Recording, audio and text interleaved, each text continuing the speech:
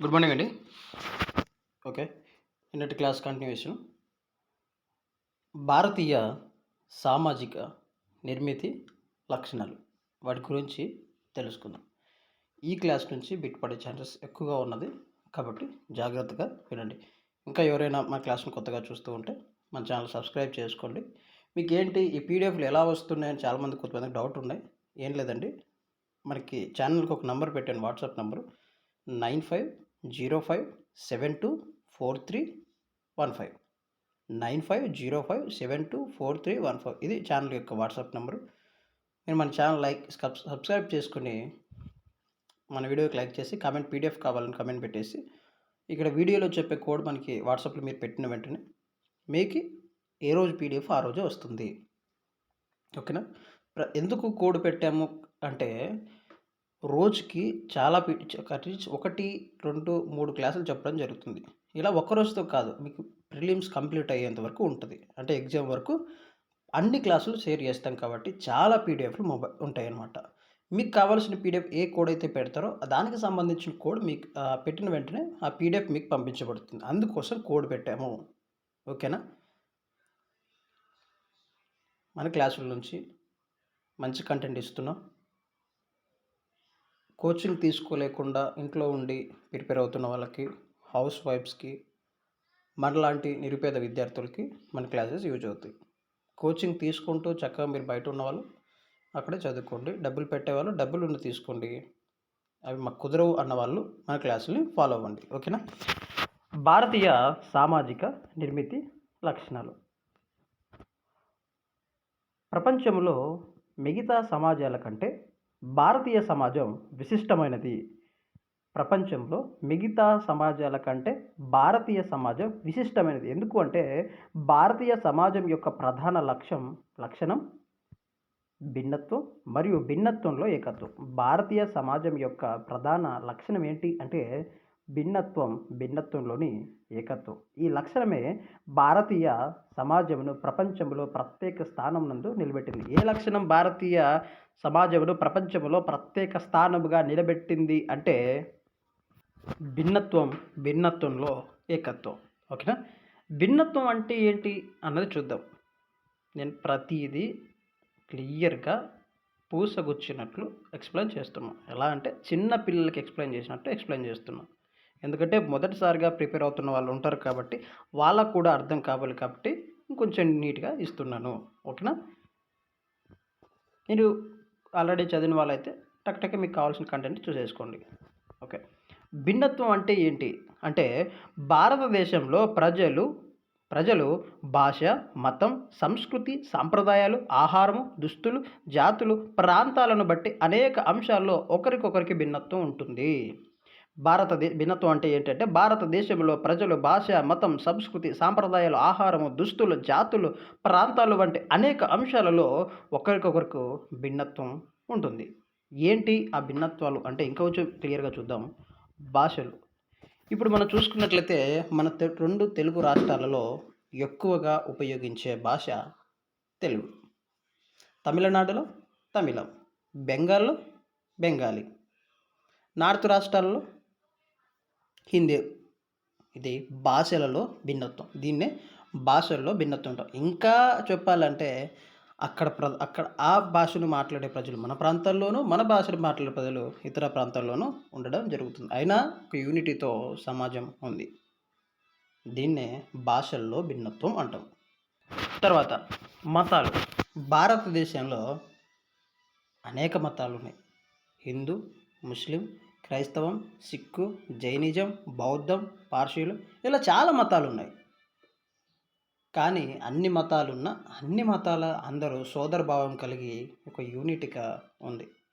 దీన్ని భిన్నత్వంలో ఏకత్వం అంటాం. చాలా కదా.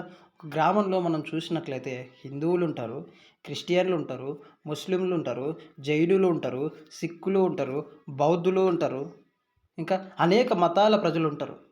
అయినప్పటికీ ఆ గ్రామం సస్యశ్యామలంగా చాలా అంటే చాలా చక్కగా ఉంటుంది. ఇది కదా ఏకత్వం అంటే. ఇదే కదా ప్రపంచం మొత్తం భారతదేశం వైపు ఇలా చూసేది. ఇంకా గట్టిగా మాట్లాడితే ముస్లింలు జరుపుకునే రంజాన్ పండుగలో హిందువులు, క్రిస్టియన్లు పాల్గొంటారు. హిందువులు జరుపుకునే సంక్రాంతి పండుగ, ఉగాది పండుగలో ముస్లింలు, క్రిస్టియన్లు పాల్గొంటారు. క్రిస్టియన్లు జరుపుకునే క్రిస్మస్, ఈస్టర్, రంజాన్ పండుగల్లో హిందువులు, ముస్లింలు పాల్గొంటారు. అందరూ ఎలా ఉంటారంటే ఒక సోదర భావంతో కలిగి ఉంటారు. దీన్నే భిన్నత్వంలో ఏకత్వం అంటాం. తర్వాత ఆచారాలు. ప్రాంతాల ప్రకారం ఆచారాలు మారుతూ ఉంటాయి. ఆచారాలు ఎలా ఉంటాయంటే ప్రాంతాల ప్రకారం మారుతూ ఉంటాయి. ఒక ప్రాంతంలో ఒక ఆచారం ఉంటాయి, మరొకరి ప్రాంతంలో మరొక ఆచారాలు ఉంటాయి. తర్వాత నెక్స్ట్ అంటే భారతదేశంలో వైవిధ్యం ఎక్కువగా ఉంటుంది. ఏంటి చూద్దాం. భిన్నత్వంలో ఏకత్వం అంటే ఏంటి చూసాం. భిన్నత్వం అంటే ఇందాక తెలుసుకున్నాం. ఇప్పుడు భిన్నత్వంలో ఏకత్వం అంటే ఏంటి చూద్దాం. అంటే ఇవి ఇన్ని భిన్నత్వాలు ఉన్నప్పటికీ అందరూ ఒకే దేశం పట్ల ప్రేమ, జాతీయ భావన, పరస్పర గౌరవంతో కలిసి జీవించడం. ఎన్ని భిన్నత్వాలు మన భారతదేశంలో ఇందాక చెప్పిన భిన్నత్వాలు అన్నీ ఉన్నప్పటికీ ఎలా కలిసి ఉన్నారంటే దేశం పట్ల ప్రేమ, జాతీయ భావన, పరస్పర గౌరవంతో కలిసి జీవిస్తున్నారు. ఇక్కడ చూడండి ఇమేజ్‌లో మీకు అర్థమవుతుంది. వేరు వేరు మతాలు ఉన్నా అందరూ కలిసే ఉంటాం. వేరు వేరు భాషలు ఉన్న దేశం ఒక్కటే. వేరు వేరు సాంప్రదాయాలు ఉన్న భారతీయులుగా ఒక్కటిగా ఉంటాం. వేరు వేరు మతాలున్నా అందరం కలిసే ఉంటాం. వేరు వేరు భాషలున్నా ఒకే దేశంలో ఉంటాం. ఒక్కటే దేశం.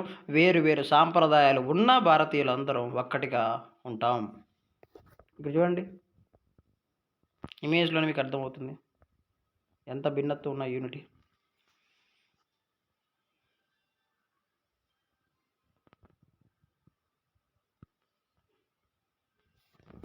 ఈ ఇమేజ్ చూడండి ఇక్కడ.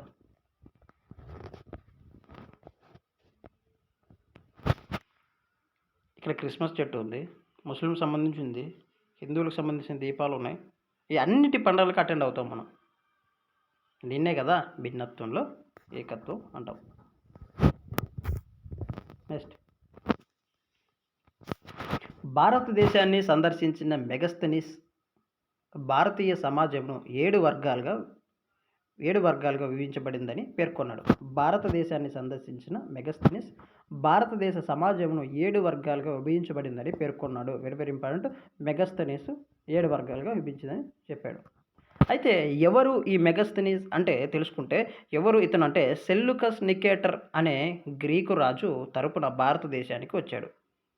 సెల్యూకస్ నికేటర్కి తర్వాత సెల్యూకస్ నికేటర్ అయిన గ్రీకు రాజుకి చంద్రగుప్త మౌర్యుడికి యుద్ధం జరుగుతుంది. మన హిస్టరీలో చూసుకున్నట్లయితే వాళ్ళిద్దరికీ ఒక యుద్ధం జరిగినప్పుడు ఆ యుద్ధంలో సెల్యూకస్ నికేటర్ యొక్క కూతురు హెలియానాని మన చంద్రగుప్త మౌర్యుడు వివాహం చేసుకోవడం జరుగుతుంది. అప్పుడు ఏనుగులు బహుకరించడం జరుగుతుంది. అతనితో అప్పుడు ఆ సెల్యూకస్ నికేటర్ హెలియానాని ఇచ్చి ఆయన భారతదేశంలో ఉన్న చంద్రగుప్త మౌర్యుడు యొక్క ఆస్థానానికి మెగస్తనీస్ని పంపించడం జరుగుతుంది. ఆ మెగస్తనీస్ రచించిన గ్రంథమే ఇండికా.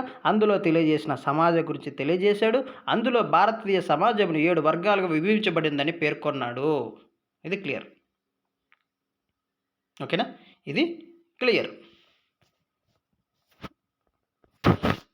మెగస్తనీస్ రచించిన గ్రంథం ఇండికా. ఆయన చంద్రగుప్త మౌర్యుని ఆస్థానంలో ఉన్నాడు. ఆయన ఎక్కడి నుంచి వచ్చాడంటే గ్రీక్ నుంచి, సెల్యూకస్ నికేటర్ ఆస్థానం నుంచి వచ్చాడు.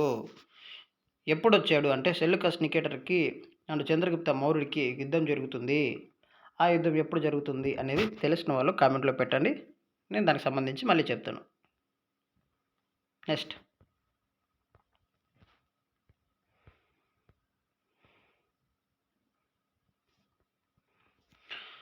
సుమారు క్రీస్తు పూర్వం 4వ శతాబ్దంలో భారతదేశాన్ని సందర్శించడం జరిగింది. తత్వవేత్తలు ఆయన సెల్యూకస్ నికేటర్ ఆస్థానం నుంచి వచ్చిన మెగస్తనీస్ ఏం చెప్పాడు? 7 అంటే తత్వవేత్తలు పవిత్ర సంస్కారాలను నిర్వహించేవారు, యజ్ఞయాగాదులు చేసేవారు. ఒకటిగాను గృహ యజమానులు జనాభాలో అత్యధికంగా ఉండే భాగం వీరే. తర్వాత పశుపాకలు, వేటగాళ్ళు, ఆ తర్వాత వ్యాపారస్తులు, శారీరక శ్రమ చేసేవారు, యుద్ధం చేసేవారు, తనిఖీదారులు, మంత్రులు, రాజు యొక్క సలహాదారులు. ఇది ఈ 7 విధాలుగా విభజించడం జరిగింది. ఈ 7 వర్గాల్లో అంతర్వివాహ సమూహాల్ని వారి వృత్తులను మార్చుకోవడానికి వీలు లేదని మెగాస్థెనీస్ వివరించాడు. ఈ 7 వర్గాల్లో అంతర్వివాహ సమూహాల్ని వారి వృత్తుల్ని మార్చుకోవడానికి వీలు లేదని తెలియజేయడం జరిగింది. ఈ పాయింట్స్ ఇంపార్టెంట్, చాలా గుర్తుపెట్టుకోండి. తర్వాత మెగాస్థెనీస్ వివరణ నగర రాజకీయ కేంద్రాలకు పరిమితమైందని విమర్శకులు భావించారు. మెగాస్థెనీస్ వివరణ నగర రాజకీయ కేంద్రాలకు పరిమితమైందని విమర్శించారు.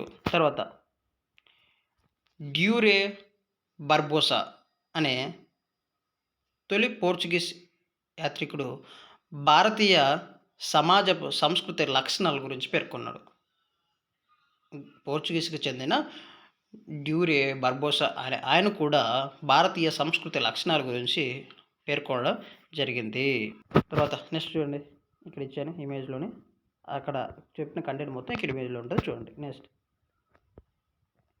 భారతీయ సమాజం యొక్క నిర్మిత లక్షణాలను ఈ క్రింది విధంగా పేర్కొనవచ్చు. భారతీయ సమాజం యొక్క నిర్మితి లక్షణాలను ఈ క్రింది విధంగా పేర్కొనవచ్చు. భిన్నత్వం, ఏకత్వం, భిన్నత్వంలో ఏకత్వం, కులరూప సామాజిక స్థిరీకరణ, గ్రామీణ సామాజిక నిర్మాణం, ఉమ్మడి కుటుంబ వ్యవస్థ, జజ్మానీ వ్యవస్థ, హిందూ సామాజిక నిర్మాణం, తర్వాత గిరిజనులు, తర్వాత మైనారిటీ వర్గాల ప్రత్యేక సామాజిక వ్యవస్థ, పితృస్వామ్య వ్యవస్థ. అయితే ఈ 11ని వన్ బై వన్ క్లియర్గా చూద్దాం.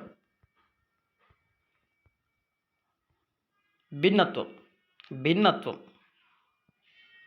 భారతీయ సమాజంలో వ్యక్తులు మరియు గుంపులు భాష, మతం, జాతి, సంస్కృతి, ఆర్థిక పరిస్థితి, ప్రాంతాన్ని వంటి అంశాలతో ఒకరికొకరు భిన్నంగా ఉండటంను భిన్నత్వం అంటాం. భిన్నత్వంలో ఏకత్వం అంటే ఇన్ని ఉన్నా కలిసి జీవించడాన్ని ఏకత్వం అంటాం. ఓకేనా? భిన్నత్వం ఇన్ని ఉన్నా కలిసి జీవించడాన్ని భిన్నత్వంలో ఏకత్వం అంటాం. ఇక్కడ ఇమేజ్లో చూడండి, మీకు అన్నీ అర్థమవుతుంది.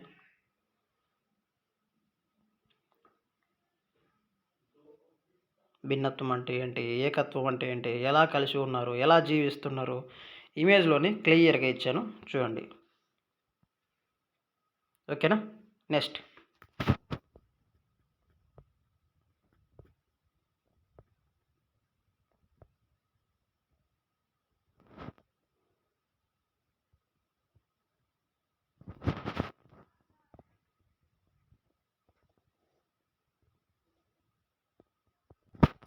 భిన్నత్వంలో ఎలా ఉంటుందంటే, ఇందాక చెప్పానుగా, భౌగోళిక భిన్నత్వం, భాషల్లో భిన్నత్వం. ఇమేజ్లో ఇక్కడ ఇచ్చాను చూడు, భాషల్లో భిన్నత్వం ఏంటి? ఆ భాషల్లో భిన్నత్వం అంటే భారతదేశంలో అఫీషియల్గా గుర్తించబడిన ఎన్ని అంటే 22 రాజ్యాంగంలో 8వ షెడ్యూల్లో 22 భాషలు ఉన్నాయి. ఈ పాలిటీ పాయింట్ ఆఫ్ వ్యూలో అండి, ఇవి ఇంపార్టెంటు, ఇక్కడ ఇంపార్టెంటు.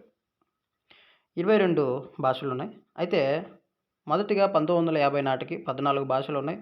తర్వాత మొన్న మనం లైవ్ సెషన్లో మాట్లాడుకున్నాం సింధీ భాషను. ఎందుకు గుర్తు చేశానంటే ఇక్కడ యూజ్ అవుతుంది కాబట్టి నేను అక్కడ గుర్తు చేశాను. అక్కడ గుర్తు చేశాను.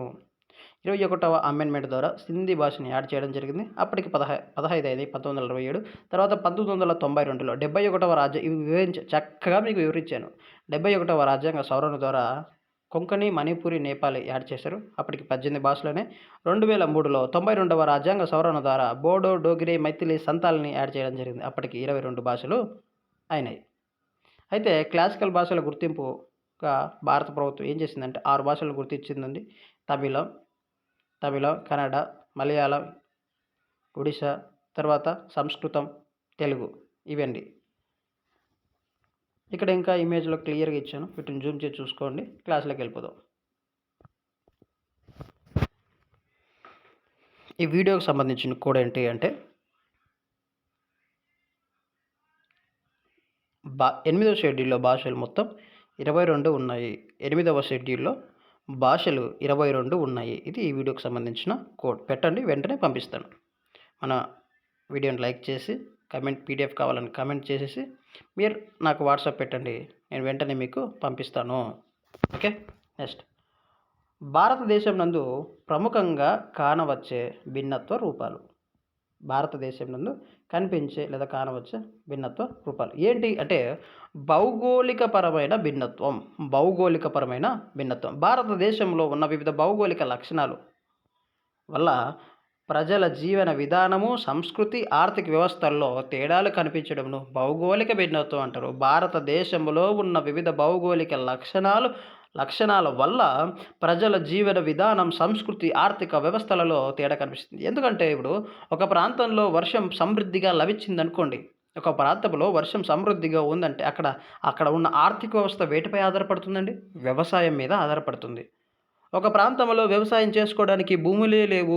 ఒక ప్రాంతంలో వ్యవసాయం భూములే లేవు, వర్షాలే లేవు. మంచిగా ఎడ్యుకేషన్‌తో ఉన్నారు, టెక్నికల్‌గా ఉన్నారంటే అక్కడ ఐటీ రంగం బలపడుతుంది. ఇలా అన్నమాట. ఒక ప్రాంతంలో సముద్రపు బాగా ఉన్నాయి అంటే సముద్రపు అంచుల తీర ప్రాంతాల్లో ఉన్నారంటే అక్కడ మత్స్య పరిశ్రమ బాగా అభివృద్ధి చెందుతుంది. ఒక ప్రాంతంలో హిమాలయాల ప్రాంతంలో ఉన్నారంటే అక్కడ దొరికే వాటికి సంబంధించిన మంచి డిమాండ్ ఉంటుంది. అక్కడ వాటిపై ఆధారపడడం జరుగుతుంది. అలా భారతదేశంలో జమ్మూ, కాశ్మీర్ మొదలుకొని తమిళనాడులోని కన్యాకుమారి ప్రాంతం వరకు ఒక్కొక్క ప్రాంతంలో ఒక్కొక్క భిన్నత్వాలు ఉంటాయి. ఒక్కొక్క ఆర్థిక వ్యవస్థ వేరుగా ఉంటుంది. ఒక్కొక్క సంస్కృతి వేరుగా ఉంటుంది. అక్కడున్న ప్రజలు ఆ ప్రాంత ప్రజలు ఒక్కొక్క దాటి మీద ఆధారపడి జీవించడం జరుగుతుంది. దీన్నే భౌగోళిక భిన్నత్వం అంటారు. అర్థమైందా? దీన్నే భౌగోళిక భిన్నత్వం అంటారు. క్లాస్ అర్థమవుతుందని పెట్టండి. భౌగోళిక భిన్నత్వం అంటారు. దీన్నే భౌగోళిక భిన్నత్వం అంటారు. నెక్స్ట్,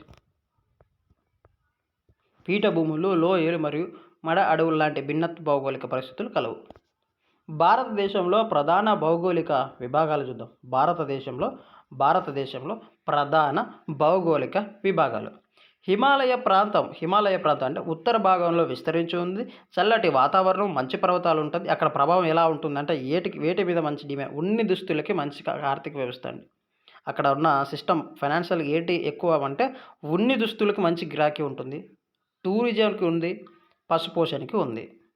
తర్వాత అక్కడ ఉన్న హిమాలయ ప్రాంతం రక్షణలో కీలకం.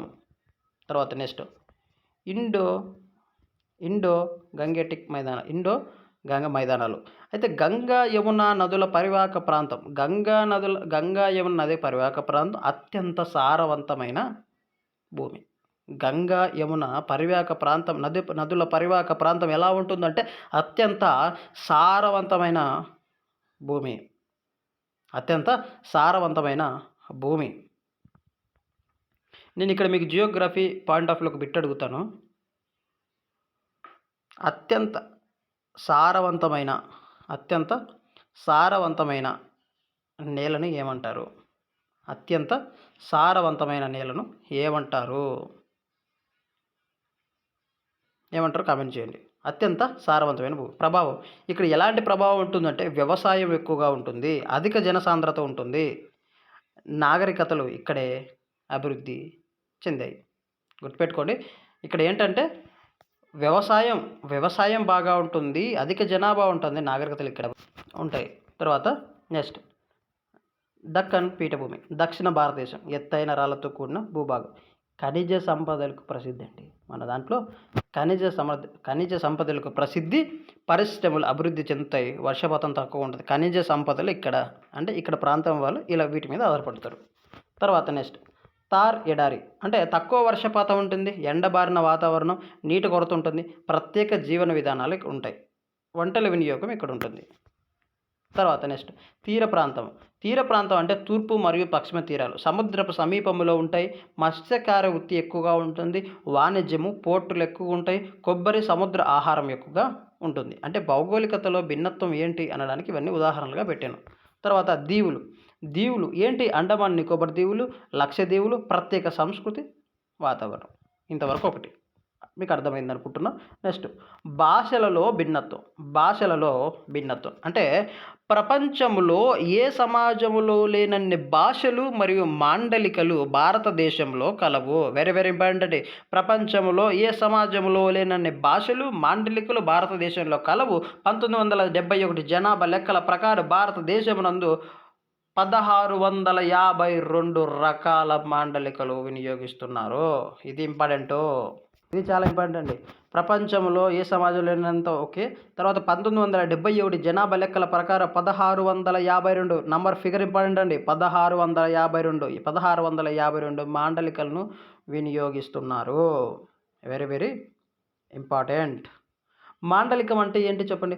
మాండలికం అంటే అనగా లిపి లేనటువంటి భాష. లిపి లేనటువంటి భాష ఇది దట్టమైన అటవీ ప్రాంత గిరిజనుల యందు కనబడుతుంది. ఈ లిపి లేనట్టు భాష ఎక్కడ కనిపిస్తుందంటే అడవి ప్రాంతంలో గిరిజనుల మధ్య కనిపిస్తుంది. భారత రాజ్యాంగం యొక్క 8వ షెడ్యూల్ నందు 22 భాషలు మరియు 122 ఉపభాషలు అనగా ప్రాంతీయ భాషలు ఉన్నాయి. Very very important. భారత రాజ్యాంగంలో 8వ షెడ్యూల్ నుండి 22 భాషలు కలవు. Very very important. ప్రీవియస్ చాలా సార్లు అడిగిన బిట్టు. ఇక్కడ నుండి బిట్టు పడే ఛాన్సెస్ ఎక్కువ. ఎన్ని మాండలికలు ఉన్నాయంటే 1652 ఫిగర్ గుర్తుపెట్టుకోండి. తర్వాత భారత రాజ్యాంగం నందు భాషలు ఏ షెడ్యూల్లో ఉన్నాయి అంటే 8వ షెడ్యూల్లో ఉన్నాయి. భారత రాజ్యాంగం నందు 8వ షెడ్యూల్లో పొందపరచబడిన భాషలెన్ని అంటే 22. ఎన్ని ఉపభాషలు ఉన్నాయి అంటే 122. 122. ఒక సీనియర్ యాస్పిరెంట్గా మీకు అవన్నీ కుదించి ఇచ్చానండి. ఏ మెటీరియల్లో ఇలా క్లియర్గా ఉండదు. వీటన్నిటిని కుదించి క్లియర్గా ఇచ్చాను. తర్వాత భాషల ప్రారంభంలో ఎన్ని ఉన్నాయంటే 1950 మొదటిలో 14 భాషలు ఉన్నాయి. అయితే మొన్న నేను లైవ్ సెషన్లో అడిగిన బిట్ అంటే ఇది లైవ్ సెషన్లో అడిగాను వీటి గురించి. 21వ రాజ్యాంగ సవరణ ద్వారా 1967లో సింధీ భాషను జోడించారు. అంటే 14 ఉన్న భాషలు కాస్త సింధీ భాషను ఎప్పుడైతే 1967 21వ రాజ్యాంగ సవరణ ద్వారా సింధీని కలిపారు అప్పుడు భాషల సంఖ్య భారత రాజ్యాంగంలో 8వ షెడ్యూల్లో ఎన్ని భాషలు అయ్యాయి అంటే 15 భాషలు అయ్యాయి. 21వ రాజ్యాంగ సవరణ ద్వారా ఎన్ని అయ్యాయి అంటే 15 అయ్యాయి. తర్వాత 71వ రాజ్యాంగ సవరణ ద్వారా 1992లో 3 భాషలు జోడించారు. ఏంటి అంటే కొంకణి, మణిపూరి, నేపాలి. ఎన్నవ రాజ్యాంగ సవరణ అనేది ఇంపార్టెంట్. 71వ రాజ్యాంగ సవరణ. మీకు 21వ రాజ్యాంగ సవరణ గుర్తుంది, 71వ రాజ్యాంగ సవరణ గుర్తుంది అనుకోండి. మళ్ళీ గుర్తుపెట్టుకోండి, చిన్న ట్రిక్ చెప్తా గుర్తుపెట్టుకోండి. ఇక్కడ అబ్జర్వ్ చేయండి. సింధీ భాషను 21వ రాజ్యాంగ సవరణ, తర్వాత 71వ రాజ్యాంగ సవరణ. 21 + 71 కూడితే 92. తర్వాత 92వ రాజ్యాంగ సవరణ. ఫస్ట్ 1947, తర్వాత 1992, తర్వాత 2003. ఫస్ట్ది ఏంటి? సింధీ భాష. చూడండి ఇది ఒకటి గుర్తుపెట్టుకోండి. ఇక్కడ గుర్తుపెట్టుకోండి, సింధీ భాష 21వ రాజ్యాంగ సవరణ 1967.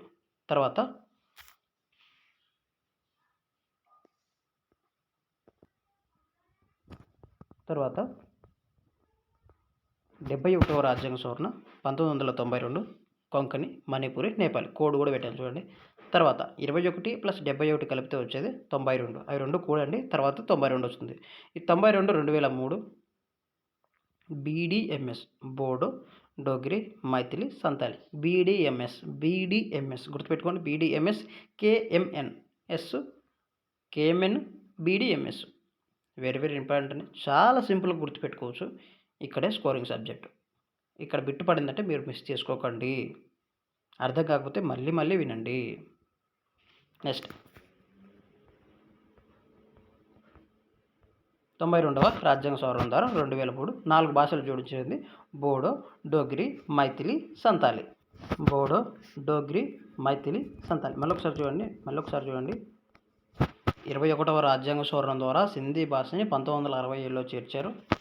71వ రాజ్యాంగ సవరణ ద్వారా కొంకణి, మణిపూరి, నేపాల్ని చేర్చారు.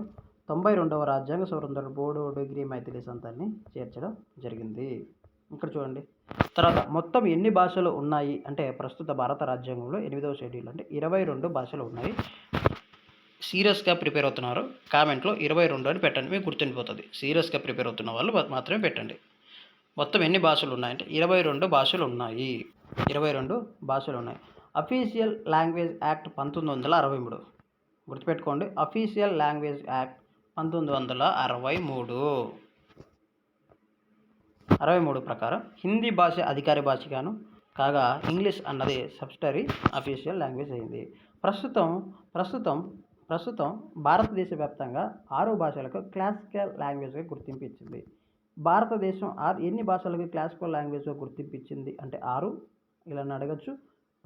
భారతదేశంలో క్లాసికల్ లాంగ్వేజ్ ఏవి అని 4 ఆప్షన్లు ఇచ్చి ఇందులో కారణం కూడా ఇవ్వచ్చు. కాబట్టి ఇది గుర్తుపెట్టుకోండి. తమిళం, సంస్కృతం, తెలుగు, కన్నడ, మలయాళం. తమిళం, సంస్కృతం, Telugu, Kannada, Malayalam. Very very important. తర్వాత నోట్, ఇంపార్టెంట్ నోట్ అండి, గమనిక. ప్రపంచంలో ఉన్నటువంటి అన్ని భాషలలోకెల్లా అత్యంత పురాతనమైన భాష సంస్కృతం. ప్రపంచంలో ఉన్నటువంటి అన్ని భాషల్లోకెల్లా అత్యంత పురాతనమైన భాష ఏదైనా ఉందంటే సంస్కృతం. తర్వాత ఎన్సైక్లోపీడియా ఆఫ్ సోషల్ సైన్సెస్ ప్రకారం ఇండియాలో 5 ప్రధాన సమూహాలకు చెందిన భాషా కుటుంబాలు కలిగి ఉన్నది. ఏంటి అంటే నిగ్రాయిడ్ భాషా కుటుంబం, ద్రావిడ భాషా కుటుంబం, ఇండో ఆరియన్ భాషా కుటుంబం, ఆస్ట్రో ఏసియాటిక్ భాషా కుటుంబం, సైనో టెవియాటిక్ ఆసియా కుటుంబం. ఇవి భాషా కుటుంబాలు. అయితే భారతదేశంలో 70% మంది ప్రజలు ఇండో ఆర్య భాషకు చెందినవారు. భారతదేశంలో వెరీ వెరీ ఇంపార్టెంట్ పాయింట్, భారతదేశంలో 70% మంది ప్రజలు ఇండో ఆరియన్ భాషలకు చెందిన భాషా కుటుంబానికి చెందినవారు కాగా మిగిలిన 20% ద్రావిడ భాషలు మాట్లాడుతున్నారు. పైన తెలిపిన భాషా కుటుంబాలన్నిటిలోకెల్లా నిగ్రాయిడ్ భాష అత్యంత పురాతనమైనది. దీనినే అండమాన్ భాష అని